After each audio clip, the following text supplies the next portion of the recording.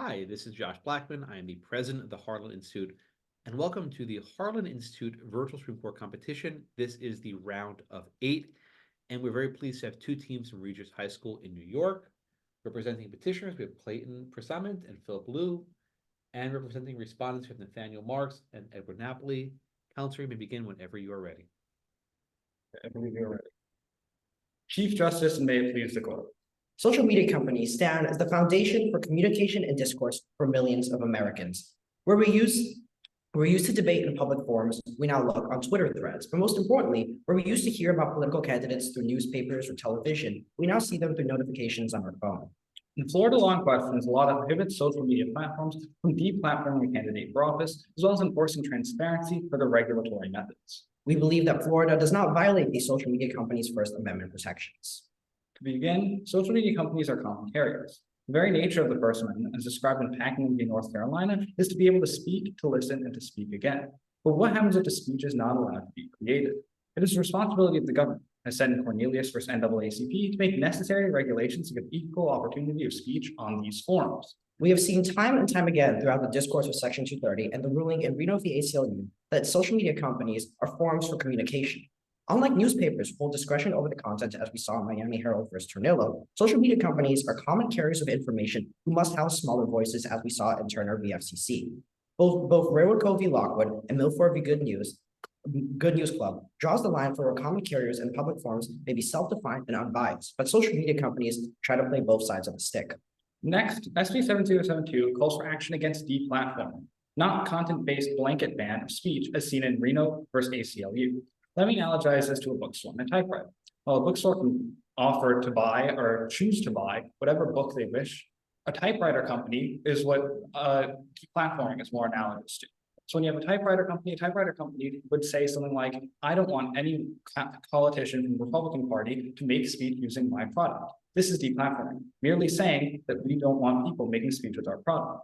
And this is not necessarily speech, but regulation of conduct. Deplatforming is regulating conduct, which as seen in Rumsfeld versus Fair is not unconstitutional. And zooming more into the law. Counsel, let me interrupt you. So let's just try and get the factual record straight. What kind of tech companies does the Florida law apply to?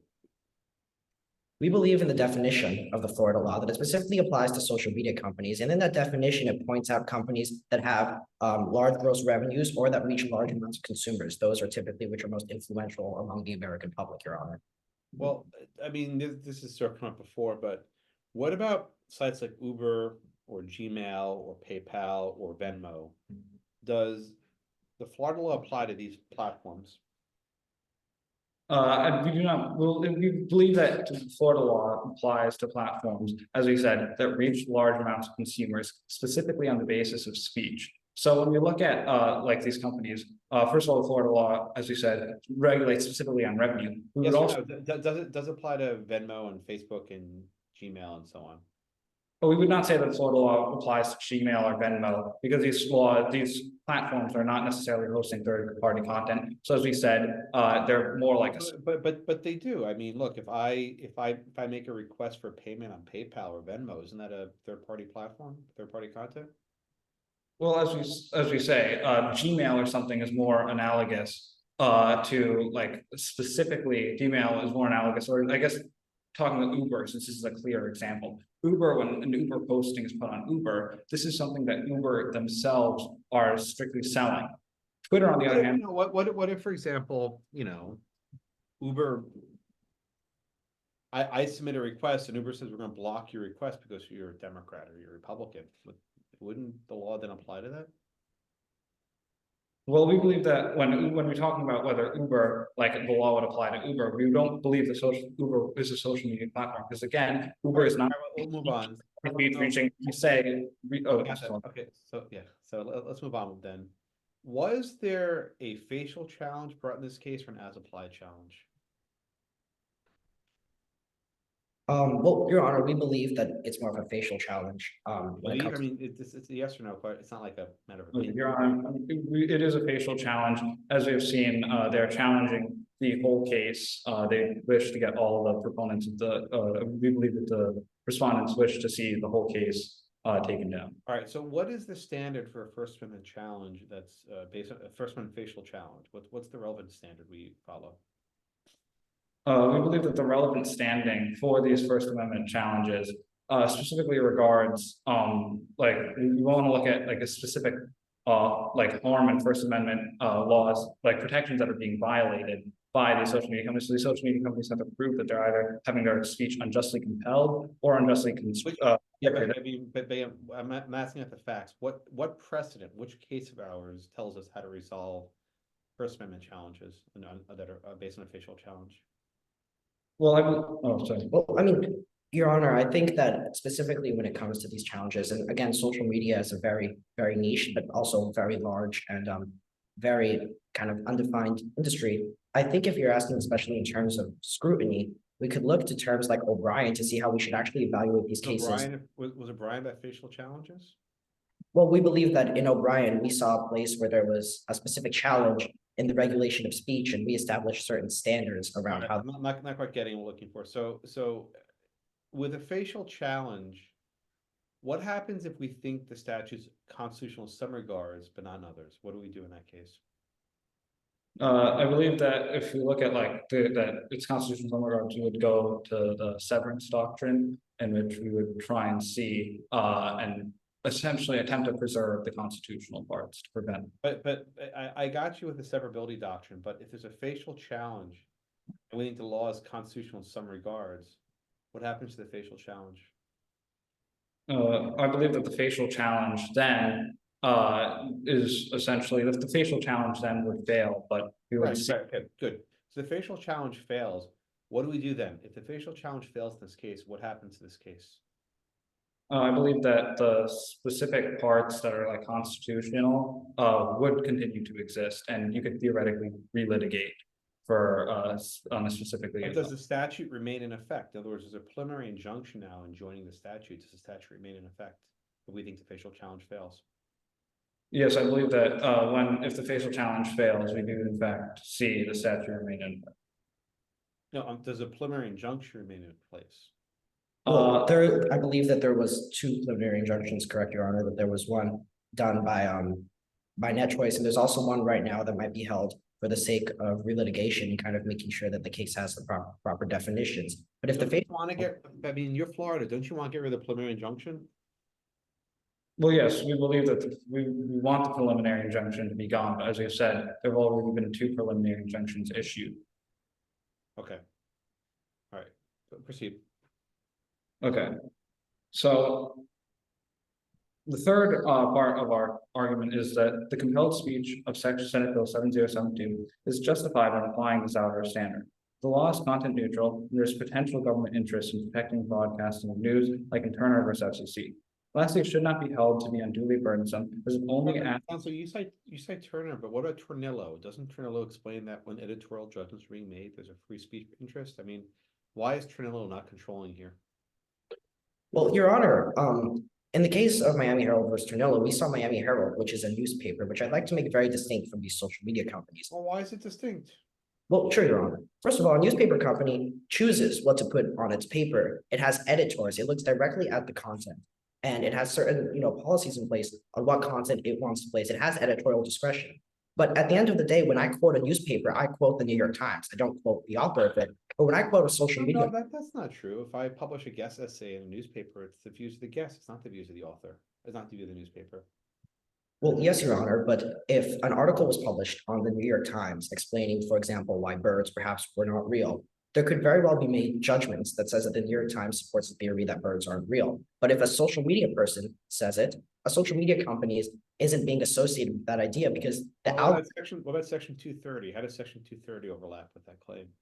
I would say that section 230 specifically overlaps with this because social media companies have time and time again aimed to get these section 230 protections, claiming that because the content on their speech the content on their platforms isn't theirs, they're guaranteed these Section 230 protections. But now all of a sudden, in deference to something that social media companies used to argue and say Twitter versus Tanmay, they used to say that their algorithms were agnostic to the content. But now in this case, there's a sudden change in tone where these social media companies are saying, no, we are giving you like specific speech with our content and algorithms. We believe that social media companies can't have it both ways. This is a direct contradiction on their past stances. But if you guys win, doesn't that put them at liability with Section 230?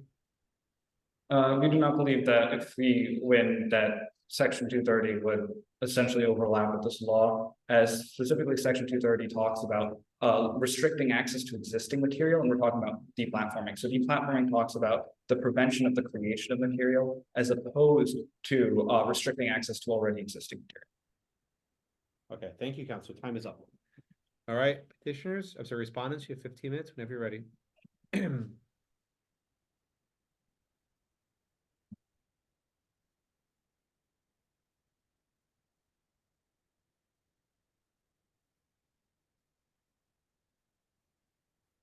Okay, whenever you're ready.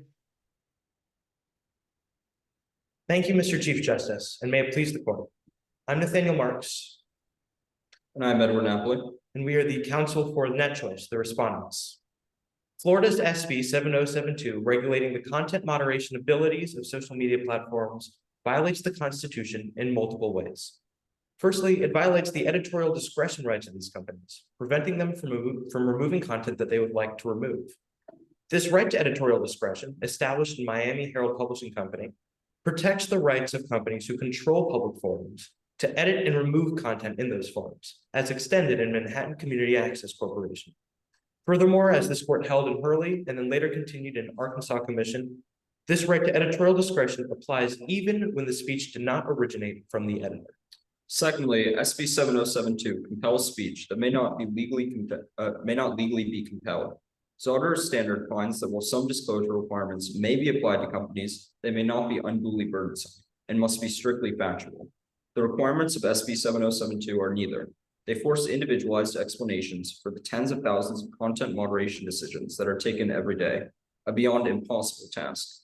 Furthermore, the requirements state that each explanation must have thorough rationale and a precise and thorough explanation, both of which are extremely vague and can be interpreted however a Florida court chooses. The compulsion of speech necessarily alters the content of speech, as held in Riley, and these requirements are therefore invalid.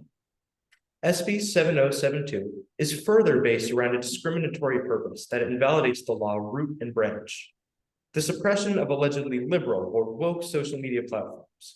This is testified to by numerous statements from Floridian legislators, the lieutenant governor, and even the governor of Florida, all of whom complained about a supposed left-wing bias in social media and sought to remedy that supposed bias with SB 7072.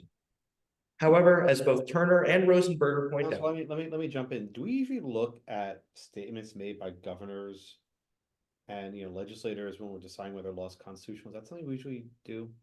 About the perceived bias? Is that something we usually look at?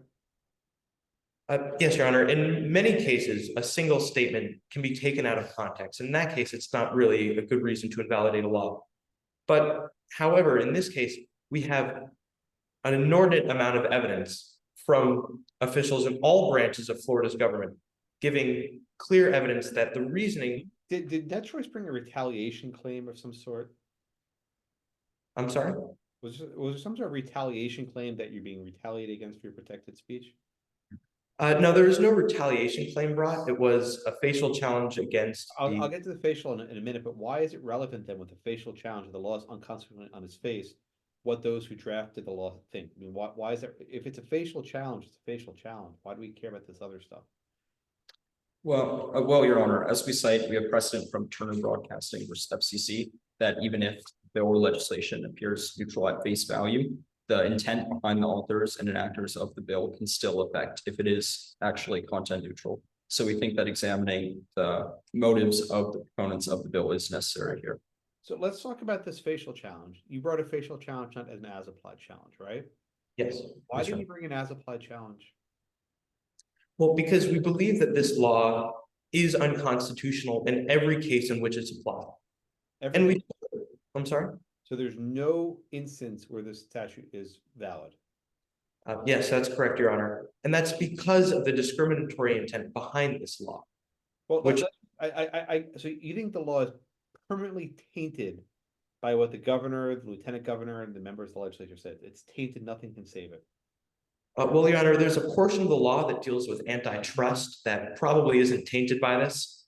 But the portion of the law that deals with the regulation of social media companies will always have this discriminatory intent behind it. A policy that has a racially I mean, what case do you have that says a law is forever tainted? I mean, I think it may be some of the religious context, but what First Amendment case says that it's forever tainted based on what even if the law has some sort of legitimate sweep, that it's still valid because of the intentions? Is there a case that says that? I'm not sure, Your Honor, but regardless of whether that's the case, it still hasn't been, say, forever since when this law was passed. Oh, it never went into effect because you had an injunction. Okay, so let's say I don't agree with that argument based on intention, right? Let's just say we'll just put that aside for a minute. Is there any context where this law might be constitutionally applied? I think you said no. The answer is no, Your Honor. Well, we talked about Gmail a few minutes ago here with your friends on the other side.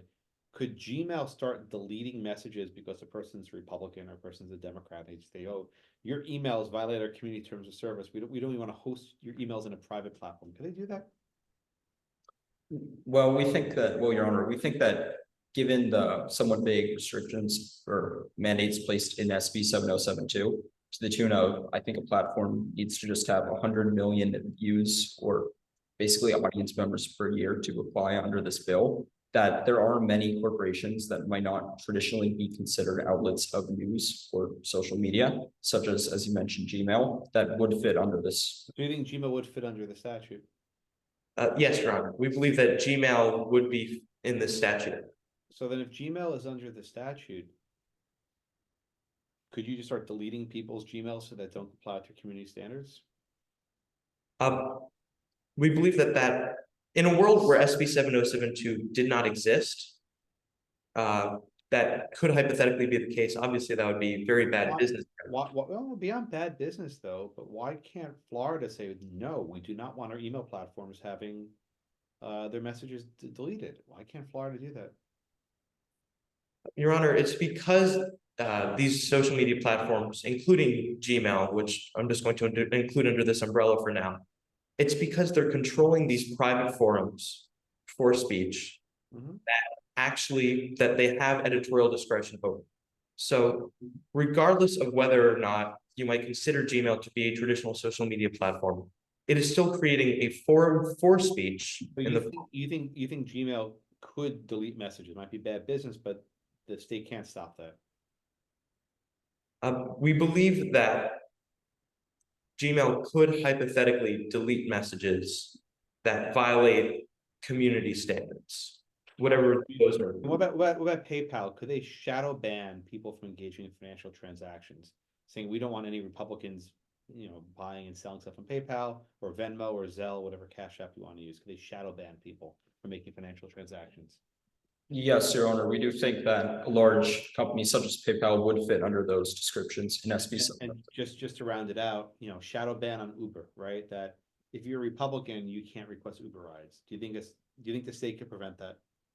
Well, Your Honor, while we do believe that the company would fit under this bill, usually these kinds of payments are not necessarily speech imbued. While they can be speech imbued if they're campaign donations or donations to some kind of protest movement, it's not as universal of a standard with something like PayPal or another payment service. No, I got you, but I mean, at some point, doesn't PayPal look a little bit like a bank, and doesn't Uber look a bit like a taxi company, and doesn't Gmail look a bit like FedEx or UPS? I mean, at some point, aren't these Gmail, Uber, Venmo, aren't those like common carriers? I mean, you have to acknowledge at some point they look like common carriers. Your Honor, the definition of a common carrier is very hard to track down. I get that, but I mean, is FedEx a common carrier? Is UPS a common carrier? They could be considered common carriers. It again really depends on. They are. They're mailing stuff, right?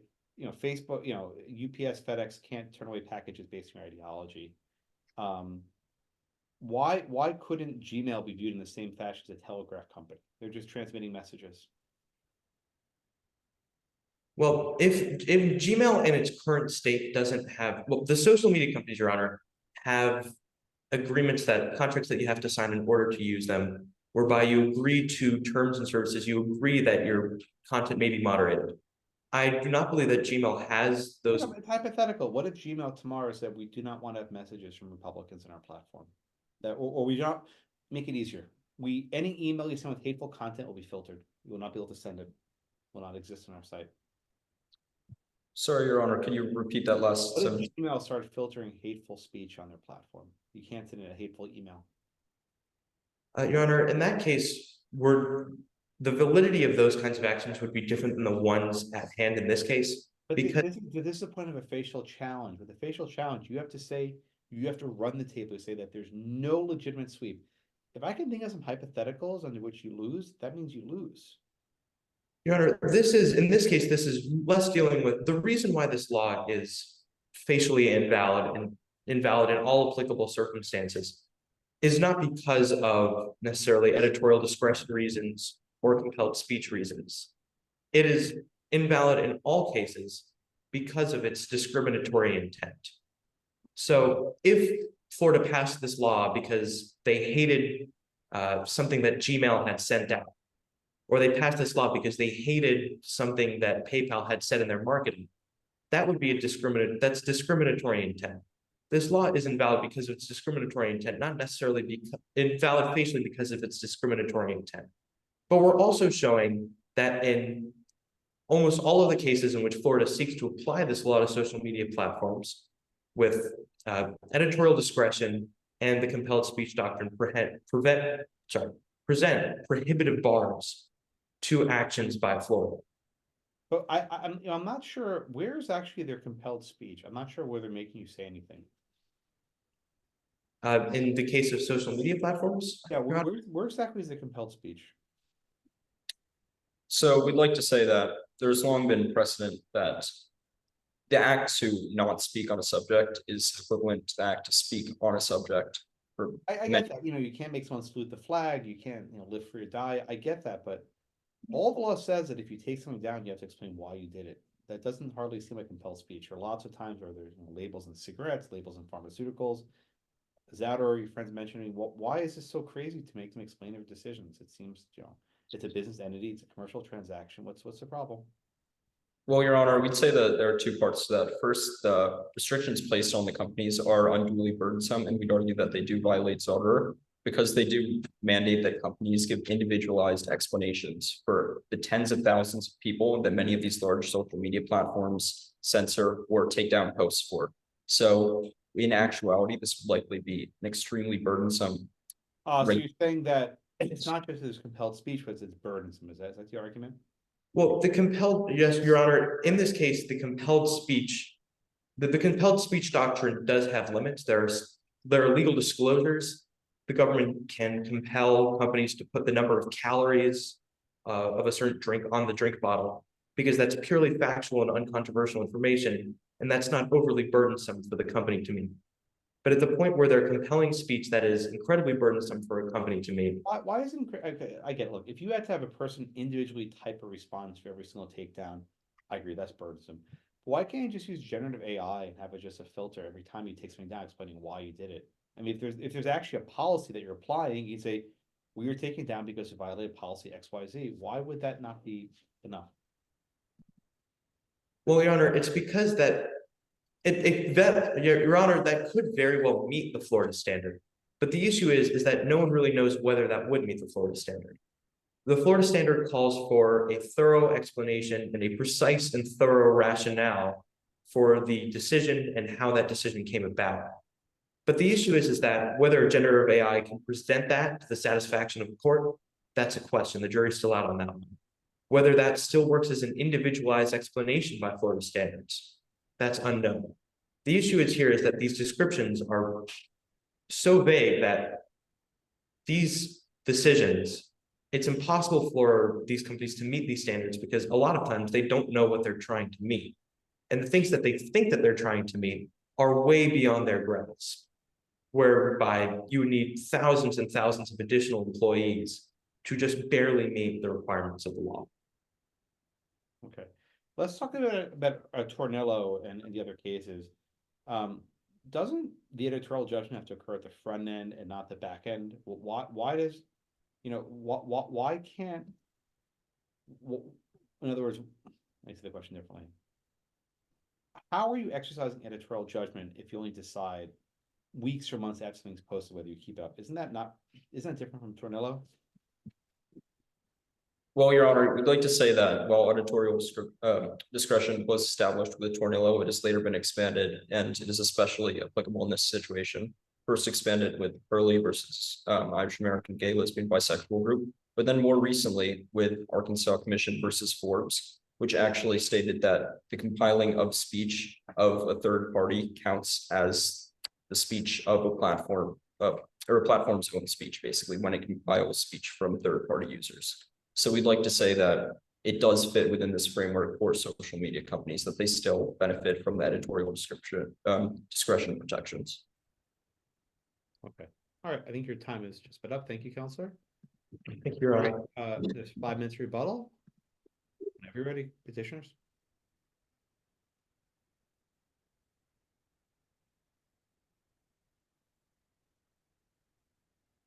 Well, Your Honor. Okay, whenever you're ready. Okay. Hello, Your Honor. First, we would like to start by clarifying the scope of this law. While we do not believe that it necessarily applies to places like Uber and Etsy, because it is not people participating in these programs for speech purposes, and it's not necessarily cannot considered participation, it's more considered as a store.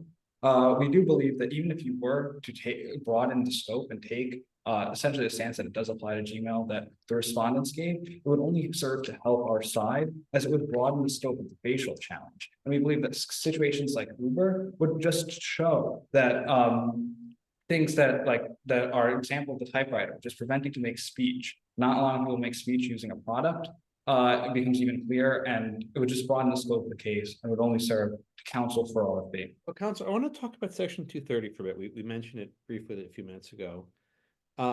Let's say Section 230 requires, taking down certain content. But let's say that if they don't take it down the right way, your law imposes liability upon them. Isn't your law then in tension with Section 230? Well, I think, Your Honor, that when we specifically see the type of content that Section 230 asked to take down, as I think Reno v. ACLU challenged, we saw that the very problem with Section 230 was that it was kind of a blanket ban over content-specific law. But that's the complete opposite end of the spectrum that we're advocating here with Senate Bill 7072. 7072, first of all, is content neutral. And even more than that, it's not. I get that. But again, what happens again if Facebook says we have to take down content because of Section 230, they take it down, but then they don't give a good explanation why they took it down? Doesn't that create liability? Well, firstly, we would like to say that in the sense of like these social media companies, say taking liability for the content, they're not necessarily taking liability for taking down the content. They're taking liability for essentially their lack of commercial and professional speech giving. So imagine like a food company. A food company isn't taking liability for selling crackers if they don't put a nutrition label on. They're taking liability because they didn't put the nutrition label when they sold the food. So it's more of a commercial era, like commercial. You're saying, okay, let me ask the question differently. Could you imagine a circumstance where Section 230, they take content down because of Section 230, and then that takedown gives rise to liability? Well, no, Your Honor, because it wouldn't be the taking down of the content that causes the liability. What would cause the liability is what the social media companies do after they take down the content. What a shadow ban. What if to comply with Section 230, they shadow ban someone? Because let's say this person's always posting, stuff that violates Section 230. And they shadow ban him so that no one ever sees it. Wouldn't that trigger liability? Well, Your Honor, I think we must I think we're kind of relying on the assumption that there is somehow a huge burden of speech that these companies won't be able to match, thus they won't properly. No, but answer the question. Would shadow banning someone potentially give rise to the statute? Even if they say, let's say we're going to shadow ban this guy because he violates Section 230 every 5 seconds. Why wouldn't a shadow ban then trigger liability? Well, Your Honor, as we say prior, it wouldn't be the shadow ban that would cause this liability. It would actually just be the lack of these social media companies' transparency on why they're taking specific action. So again, we see this time and time again in the And commercial. right, so they shadow ban someone, they don't tell him, and then he sues them. Isn't that a problem? They shadow ban to comply with 230, and that gave rise to liability. Well, yes, Your Honor, but I think, to be completely honest, I don't really see a reason why social media companies wouldn't let them know. I mean, Senate Bill 702 specifically says no shadow banning without notifying the I user. know, but the point of the shadow ban is they don't want to tell them because they don't want them to know. Why can't they do that? It's because these guys are flagrant violator and they don't want to give them a heads up. Once again, Your Honor, to repeat what my partner said, we don't really see the necessity of a shadow ban. It's restricting material. That's what section 230 calls for. Senate bill just says that they have to notify. We have no reason to think, and we do not receive that the respondents is sufficiently proved. We have a reason to think that we have to shadow ban as a means or as the sole means that we have to do to restrict material or restrict access to material. Okay, I have no further questions. You can wrap up. I think another large thing we'd like to address that the petitioners mentioned is this idea of discriminatory intent. But I just want to make very clear that Senate Bill 702 is not discriminatory in pretty much any way. It simply just says that for all users who have a right to be on these social media platforms, they should be able to access those campaigns of political candidacy that we see rising in the modern world. Additionally, we talk about discriminatory intent, and we see how this is specifically talking about reducing the censorship of political speech. So if we were to look at discriminatory intent, you can this in an opposite case. Okay, thank you, Counselor. All right, the case is submitted. All right, the other side, come back on camera if you want. That was very good. That was a very good round. I think I gave you fair warning this would be more hostile than the last round. But it was really sort of to test how you all sort of handle under the pressure. You did very well.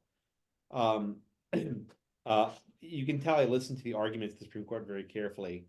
And there were a lot of questions about facial challenges, as applied challenges, Uber, Gmail, and Facebook. If you advance the next round and haven't done the grading yet, you should review those transcripts very carefully because I think you'll get similar questions in this next round. Just to sort of summarize, Net Choice brought only a facial challenge. And to win in a facial challenge, you have to show that there's no legitimate sweep, that the statute really can't be applied anywhere validly. If the statute can be applied to Facebook. Facebook. If the statute can be applied to Uber, or Venmo, or Zelle, or Cash App, or Gmail, or Hotmail, right? In that case, I think the facial challenge fails. And at that point, what happens next? Is the case over? Do you send it back to the lower court to consider an as-applied challenge? And then what happens to the preliminary injunction? This one, I think both sides are a little bit fuzzy on. Florida wants to get rid of the PI, the preliminary injunction. You want to get rid of it, right? And the Net Choice people, they want to leave it in place. So how do you leave a preliminary injunction in place if you brought the wrong lawsuit? And that's sort of the question they have to sort of think about. The other issue to sort of think about is with this as-applied facial challenge is when might it be validly applied? And give some thought to whether the Gmail example actually works. Maybe you can say, and maybe you sort of hinted at this, that yeah, Facebook can delete emails. That's their platform, they can do it. Also the section 231, I think was a little bit tricky. I think it's a hard question because it sort of puts you between complying with federal law and state law. So in other words, if the federal law says you got to take something down and you get immunity, and then you take it down and then you get a lawsuit out of it, how does that work? I think you were sort of fighting the hype a little bit with the, you wouldn't actually be facing liability, but there might be circumstances where you do. Kind of on the merits, for the next round, you have to stop reading. I saw you all reading from paper, which is nice, but you have to have it committed to memory. Just when you're an advocate, you can't have notes. You can, if you get a statute number, you can look at the paper, but for future rounds, you have to have stuff committed to memory. Just formalities, instead of, it's Mr. Chief Justice, may please the court, not saying okay, right? You have to sort of just begin proper. I thought the handoff between the two people was okay. At one point, I think one of you nudged the guy next to you, let it go, right? And just sort of just be attuned to who's speaking where. I think you were more or less on the same page, but because I tried to push you so far if you're brief, I'm not sure if that the two advocates were on the same page on the podium. And that's fine, right? It will happen. But you have to sort of maybe think through in advance how to handle these issues. I think you all got the basic case just right, which is why I barely talked about Trinillo and PG. I did that one last round. I don't do that one again. So it's really sort of pushing you off the cliff, so to speak. And I don't think you fell. I think you stood your ground. It's very often the case with lawyers have to sort of take a position, hold the line, even if it sucks. So look, if your position is, yeah, they can ban emails on Gmail, you stick to that position. You don't let it go. Because once you let it go, you lose. Okay. Those are my comments. Alex, anything you want to add? Yeah, I just want to reiterate what Professor Blackman was saying about the facial challenge sort of knowledge. This was something that was talked about significantly in the Supreme Court oral argument, and the question over which test applies, whether or not it's like the plainly legitimate sweep or there's no application in which this is constitutional was actually pretty contentious. So I would recommend going back to look back at that oral argument, because at least Justice Jackson fought pretty hard with the advocates about that issue. So you know, that was a tool I recommend that y'all use that tool, because these are the people that get paid millions upon millions of dollars to sort of speak in front of 9 justices for a living, right? So I think it's you can use them as a model and try to emulate that to the best of your ability, especially because I think you were a bit confused about the facial challenge itself. So, for example, the petitioners, they pushed back over the idea that Gmail might be covered, but Gmail is is a quintessential example for you. It's a common carrier, and you want to use that to the best of your ability to say, listen, they are an email service. They could potentially delete someone's email just sort of randomly because they disagree with their political views, and that's something that the Florida law is trying to stop. And so the fact that respondents said, yeah, it looks like Gmail could be covered, and petitioners said it could not be covered, that's, I think, kind of an important thing to sort of know, that it should have been flipped, basically. Beyond that, I mean, you guys are all obviously great speakers, so not really much to say there, but this is the round of 8, so it's going to be pretty tough from here. All right. Yeah, so again, both teams were very good, but just the way that this tournament sort of works at each level, the competition gets tighter and it gets harder. And I can assure you next round will be even tougher. I won't be judging, it'll be someone else judging also. It gets a little bit, get someone else. All right.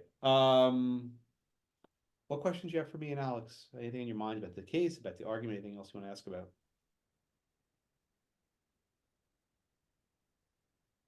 I think we're good.